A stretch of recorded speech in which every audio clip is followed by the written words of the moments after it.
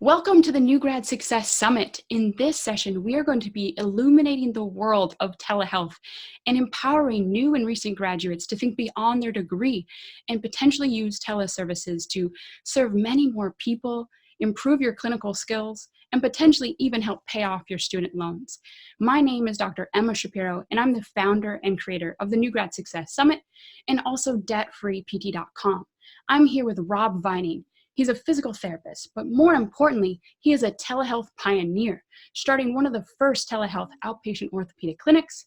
And also now he's even created his own software, PT Live, and helps teach tons of therapists how to become telehealth practitioners through telehealthpt.com. Thank you so much, Rob, for being here. I'm so excited for you to share the wealth of information you can provide with all these new and recent graduates. Yeah, absolutely. I love doing this. This is something in the last, I think, 12 months, I've done 6 or 8 presentations to DPT programs. And this is exactly what I love to do, is to teach our profession about the capabilities we have that a lot of people haven't even thought of with telehealth.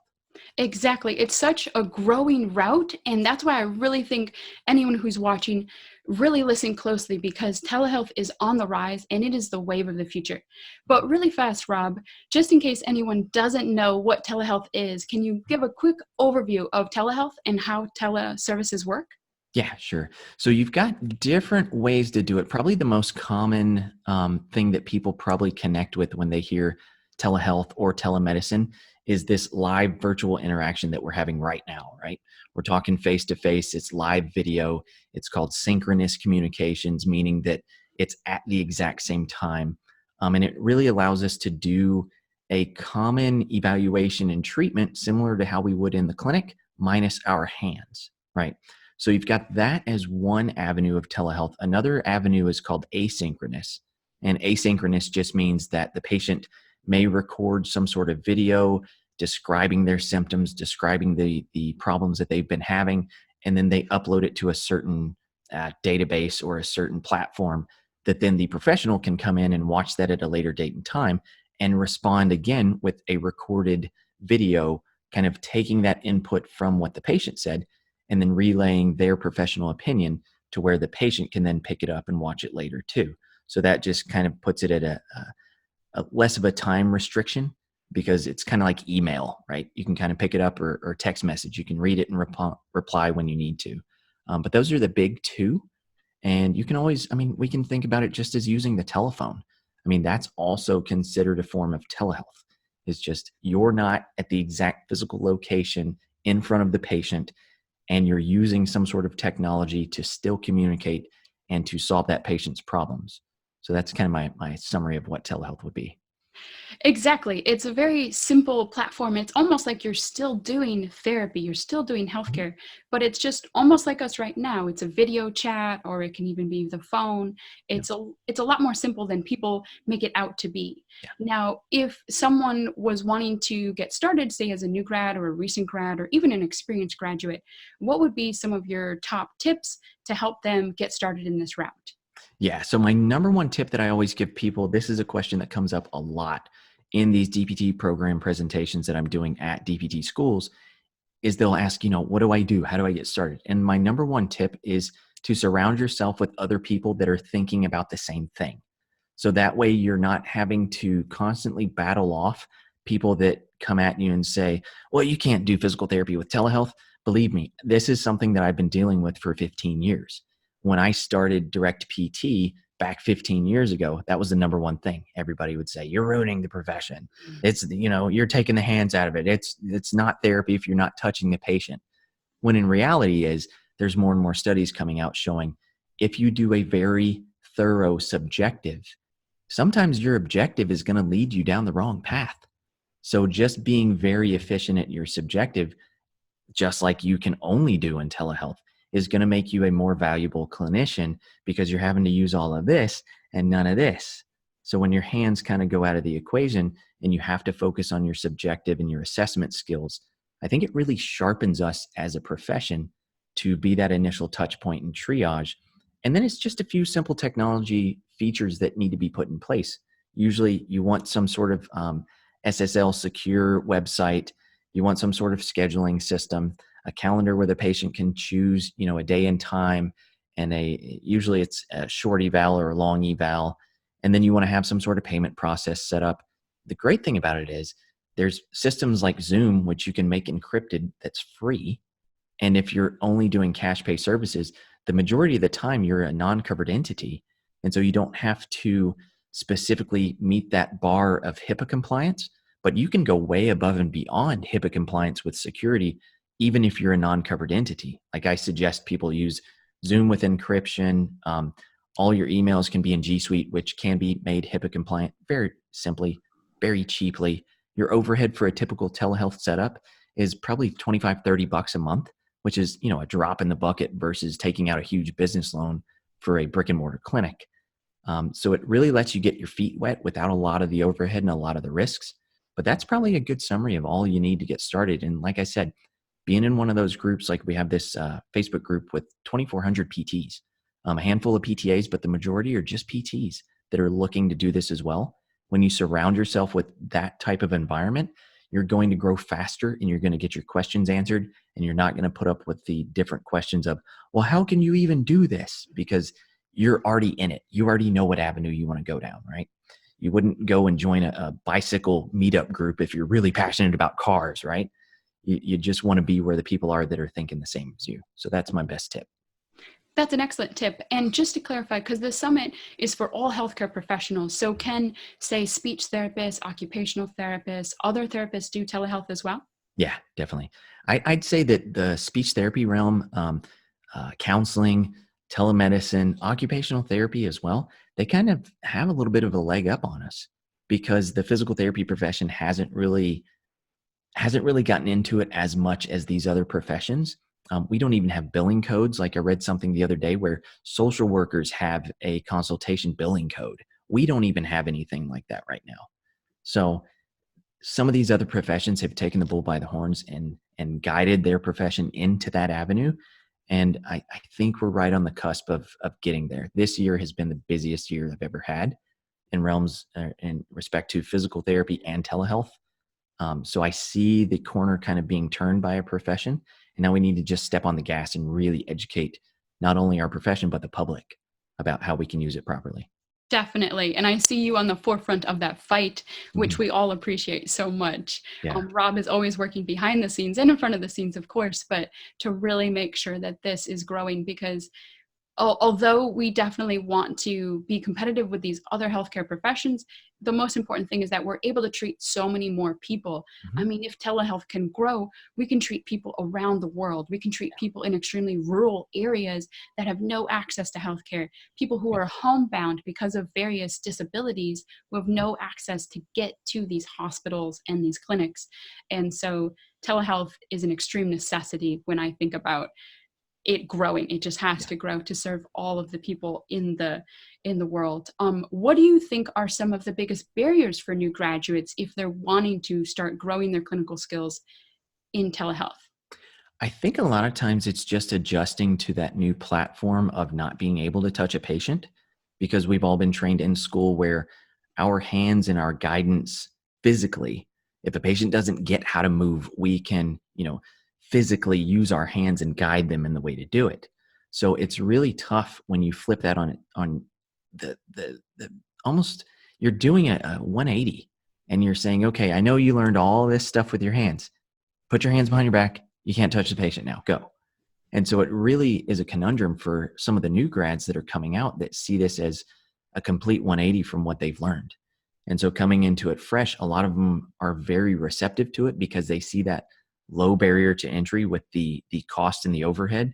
Because the last thing you want is huge amount of student debt and at the same time a huge business loan, because sometimes those things don't happen because you've got a huge amount of debt. Banks will look at that and go, no way, buddy, we're not giving you any extra money. You need to pay that off.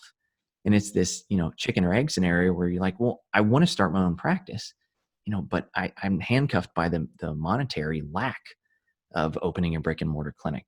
So I think once people get around that inability to use their hands and they can see the value in using their brain and their assessment skills and really digging into making a very thorough subjective the number one priority in their treatment with telehealth.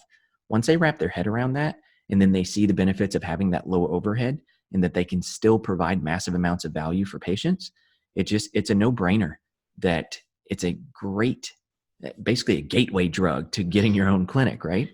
Just start with telehealth, provide your value, get very sharp at your skills in your communication, and then you're going to be that much better if you decide to go from telehealth to a telehealth and a mobile physical therapy practice.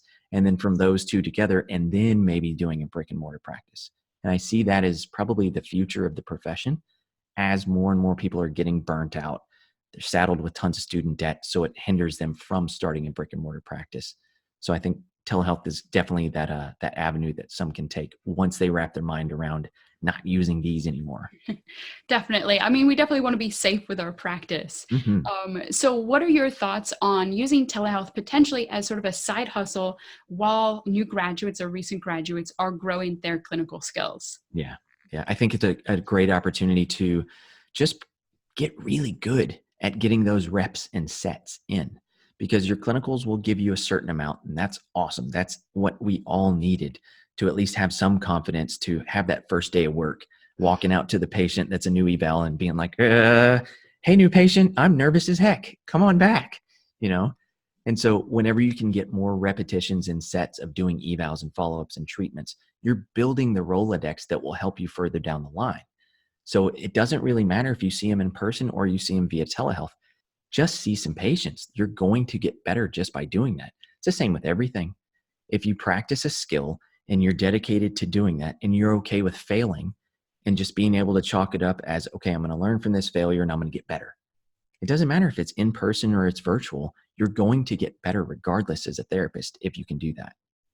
I agree 100% with that. Just continuing to just practice, practice, practice. Mhm. And that's where telehealth services are great, because a lot of people want that mentorship, that one-on-one, and you can get that in a permanent practice. But then telehealth is a great way in the evening or the weekends to continue to grow your skills, but also earn additional income. Yeah. Now, really quickly, I know that there can be a lot of confusion with teleservices and the different state laws and the regulations. Yeah. I know that's very complex, but do you think you can just touch a little bit on that so that people are prepared and understand some of the rules and regulations? Yeah, definitely. So the big thing to know is that right now the location of the patient is key. So when you're in a telehealth practice, you are only able to legally see a patient that is physically present in a state that you are licensed in. So let's say that I was licensed in the state of Texas, right? And I had patients in the state of Texas. I can see them for that initial evaluation. Now, of course, I think today even the laws just changed in Texas, so it'll be a little different, but you can see them for that initial evaluation as long as they're located physically in Texas. If they go outside of the state of Texas, and let's just say they went across and visited some family in Oklahoma, you are not allowed to see them via telehealth. So that is the number one thing that a lot of people are confused about. And a lot of people will also ask about the physical therapy compact, the licensure compact. And they think that if once you're in, you can see patients in all the states that are participating. But there's a caveat to that. Again, it's always where the patient is at. And every state you have to have access, and you have to have a basically it's a jurisprudence exam you need to take, and then that state will give you the licensure to practice. It's not a true license to where you can move there and practice.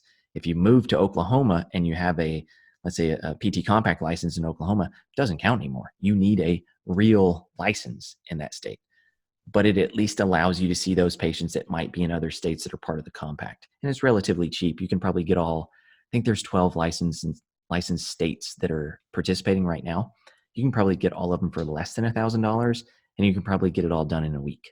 So it really speeds up the process if you're traveling or if you're providing telehealth services. So that's the main hurdle that a lot of people run up against. The only caveat would be the state of Delaware. They don't allow initial evaluations, reevaluations, or discharges via telehealth, but they'll allow the visits in between, which is kind of a head scratcher. You're like, okay, but what does that mean? But that's the only state that has a caveat like that that I'm aware of. And I'm constantly looking at laws and regulations and the new things that come out, because just like technology, rules and regs change all the time too. Oh, So you definitely. kind of have to be up The to date. PT compact is constantly evolving. So Mhm. even though we're recording this right now, Right. I would encourage everyone, if you're a physical therapist, to check back to the PT compact website, because definitely they're adding more and more websites each day. So Yep. just a quick recap.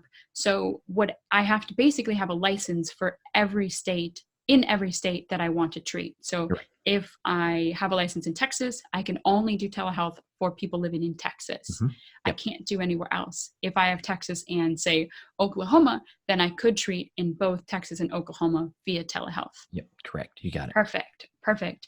Now, I know that there's some talk of telehealth versus calling it maybe wellness services.